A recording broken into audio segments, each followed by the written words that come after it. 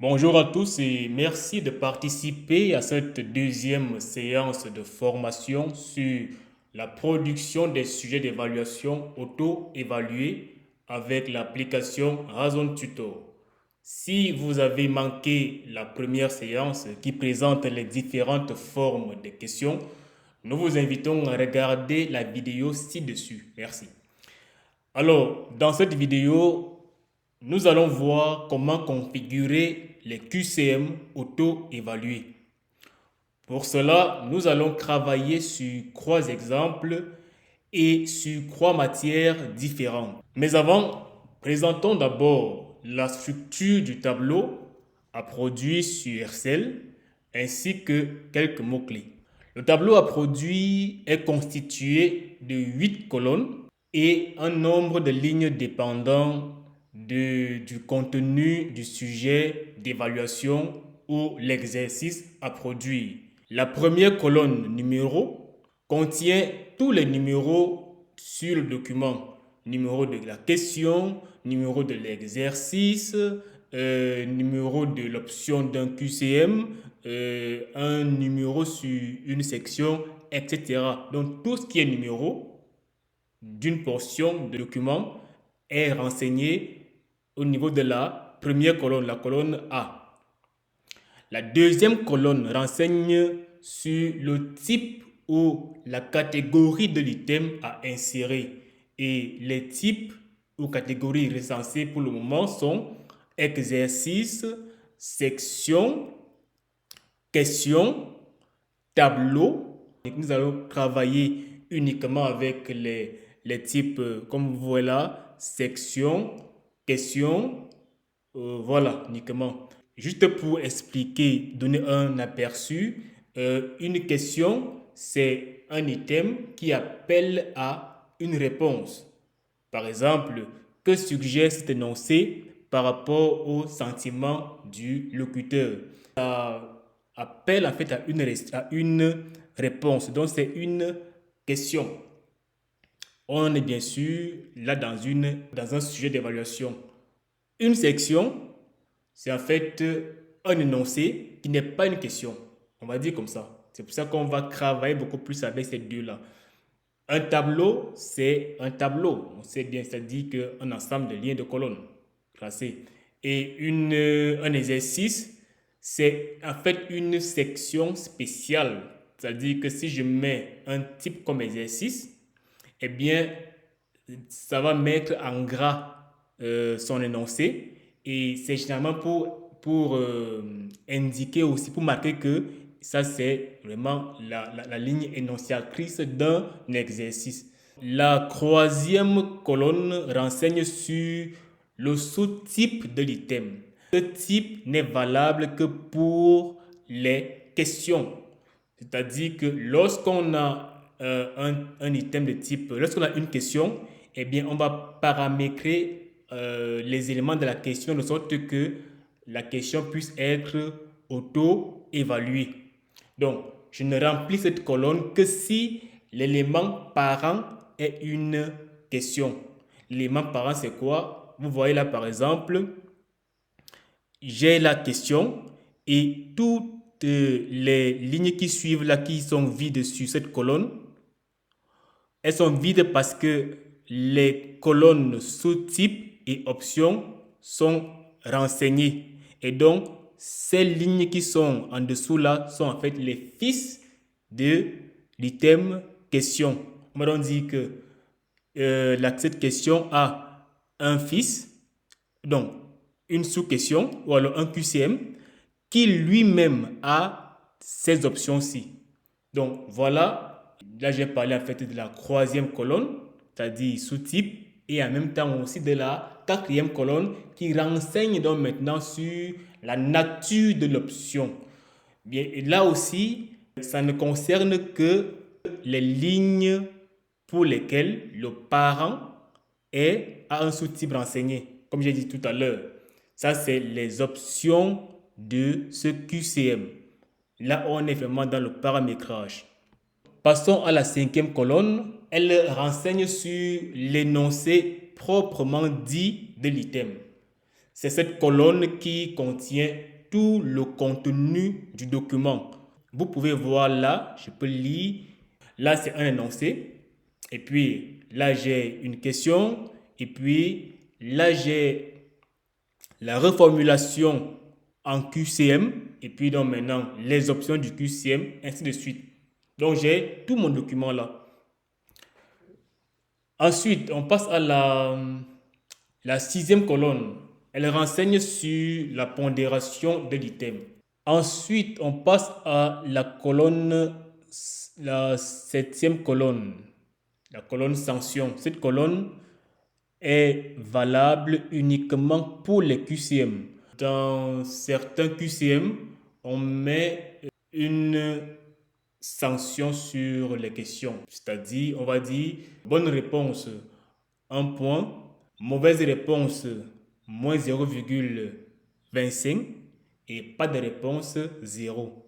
Donc, par défaut, on considère la pondération de l'option vraie et on considère que la mauvaise réponse vaut 0. Maintenant, s'il y a une sanction appliquée, par exemple moins 0,25, vous allez mettre ça à la colonne sanction. Bien sûr, ce n'est pas la peine de mettre moins devant parce qu'on sait déjà que c'est la sanction. Donc, on va retirer le nombre de points indiqués. Et enfin, la huitième colonne, elle renseigne sur la valeur de vérité des options de QCM. Donc, elle n'est valable aussi uniquement que dans le cadre des QCM, comme c'est le cas pour cette vidéo. Et ce sera vrai ou faux. Commençons donc avec le premier exemple. S'il s'agit d'un QCM en langue française. On l'a dit, on a 3 exemples. Celui-ci, le voici. Voilà. Donc, voici notre QCM.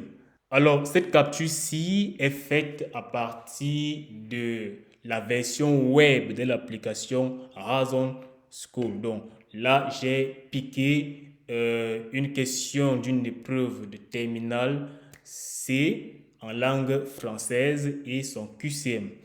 Bon, donc voilà comment ça se présente sur la version web. La question, c'est que suggère cet énoncé par rapport au sentiment du locuteur? Ça, c'est la question posée sur l'épreuve. Maintenant, l'enseignant a reformulé la question en QCM, comme ceci. Cet énoncé suggère 2 points. Option A, la colère du lecteur. Option B, la révolte. Option C, la tristesse. Option D, l'angoisse. Il est donc question pour nous de configurer ce contenu de sorte sur le tableau Excel, de sorte qu'il apparaisse comme ceci sur que ce soit la version web ou alors que ce soit sur l'application. Comme on l'a dit, tout le contenu, alors commençons par, je vais dire comme ça, l'identification des items. Ceci est un item. Donc je vais mettre ceci sur une ligne. Ceci est aussi un item. Ceci est un item, un item, un item et un item. Ça fait une ligne, 2 lignes, 3 lignes, 4, 5 et 6. Si je viens donc là sur mon tableau, je vais donc voir que suggère cet énoncé par rapport au sentiment du locuteur. Première question. Maintenant, la reformulation. Cet énoncé suggère, première option, la colère du locuteur. Option B, la révolte. Option C, la tristesse. Option D, l'angoisse. Vous voyez, là je dis option et donc au niveau de la colonne option, je mets donc là option pour indiquer qu'il s'agit d'une option. Donc j'ai donc là 4 options. Cet item-ci est une question. Donc, je mets le type de l'item à la colonne B correspondante. C'est une question. Cette question, elle est reformulée en QCM. Donc, elle est décomposée en un QCM.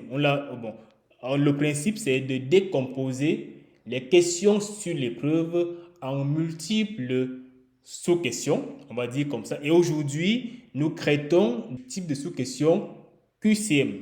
Alors, l'approche, c'est aussi de... C'est vrai, on oriente peut-être, ou alors certainement, l'apprenant dans la résolution du problème, mais c'est aussi une façon de l'entraîner à aborder les différents types de problèmes auxquels il sera exposé.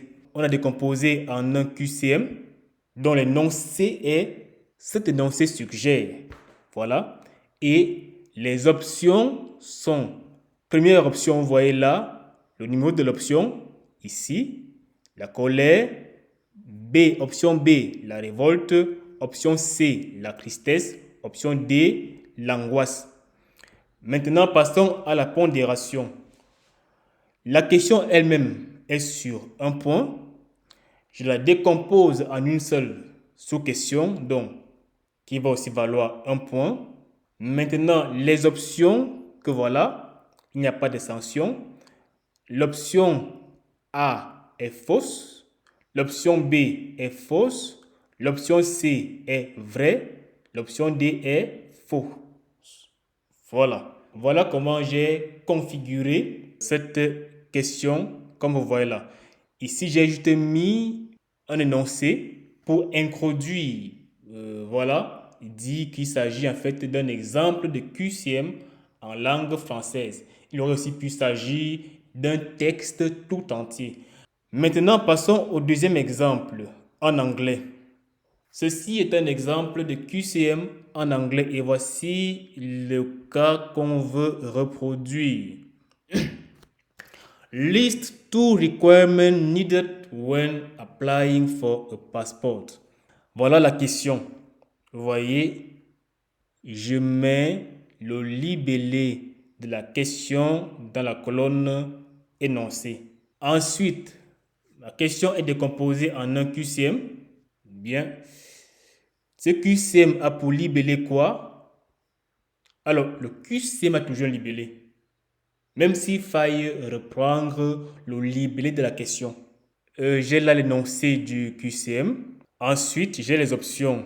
Première option, have a valid national identity card.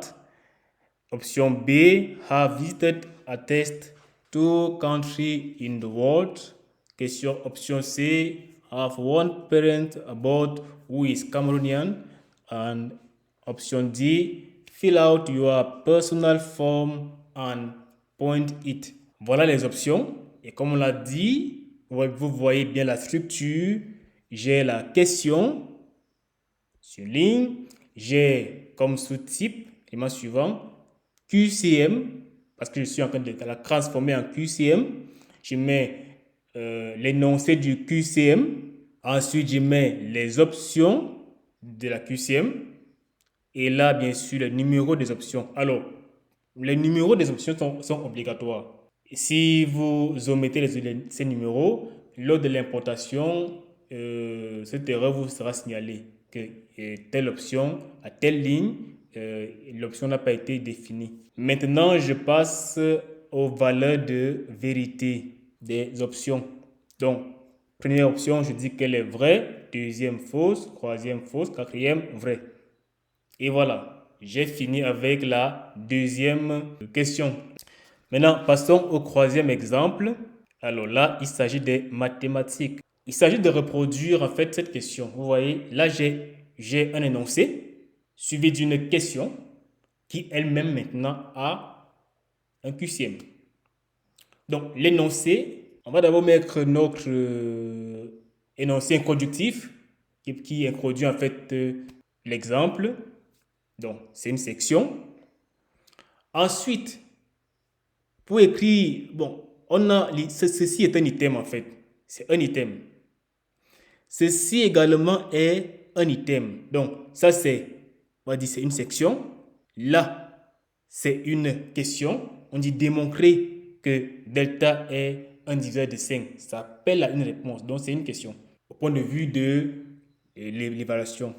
Ici, donc maintenant, on a le QCM, donc l'énoncé appelé du QCM et ses différentes options. Ça donne donc ceci. La section ci, c'est ça ici, c'est une section. On pose alpha égale 2n plus 1 et bêta égale n plus 3. Et on note delta égale PGDC de alpha, virgule, bêta. Ah, il manque ici la parenthèse fermante. Je vais la mettre à l'intérieur. Alors, vous remarquez certainement quelque chose d'étrange cette fois-ci. Premièrement, l'emploi du caractère dollar. Et vous voyez, il encadre certaines expressions. Donc, début, fin. Début, fin. Début et fin. On utilise ce caractère lorsqu'on veut insérer une équation. Ce n'est pas dans le sens propre de l'équation, mais c'est plutôt une écriture, on va dire comme ça, qui fait appel aux symboles mathématiques. On a donc besoin de connaître un peu du LaTeX. On a dédié toute une page qui liste en fait les symboles avec leur code. Chaque code est précédé généralement par un backslash comme ceci. Donc, ce trait oblique qu'on appelle backslash pour dire ceci est un code. Donc, voici comment on écrit alpha. Si je veux avoir alpha ci, eh bien, voici comment je le note. 2n plus 1 aurait pu être à l'extérieur, mais comme une équation a généralement sa police, on préfère donc mettre toute l'écriture en question dans cette même police-là, voilà. C'est-à-dire entre les dollars. On a donc ici comme symbole alpha, bêta, et voilà. Maintenant, ça c'était l'énoncé ci. Maintenant, passons à la question. Démontrer que alpha est un diviseur de 5. Vous voyez qu'ici, pardon, delta, tape-moi. Delta est un diviseur de 5. Au niveau donc du QCM, l'énoncé, c'est quoi? Du QCM, delta égale, option A, PGC. Ah oui, là il manque l'option, le numéro de l'option, donc A, B, C et D. Option A, PGCD, croix n plus 1, point virgule 5.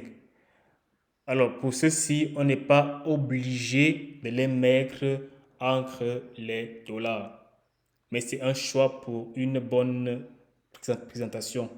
Autre chose, on peut mettre du texte dans les dollars, mais les caractères accentués et les caractères spéciaux comme le CCD sont proscrits.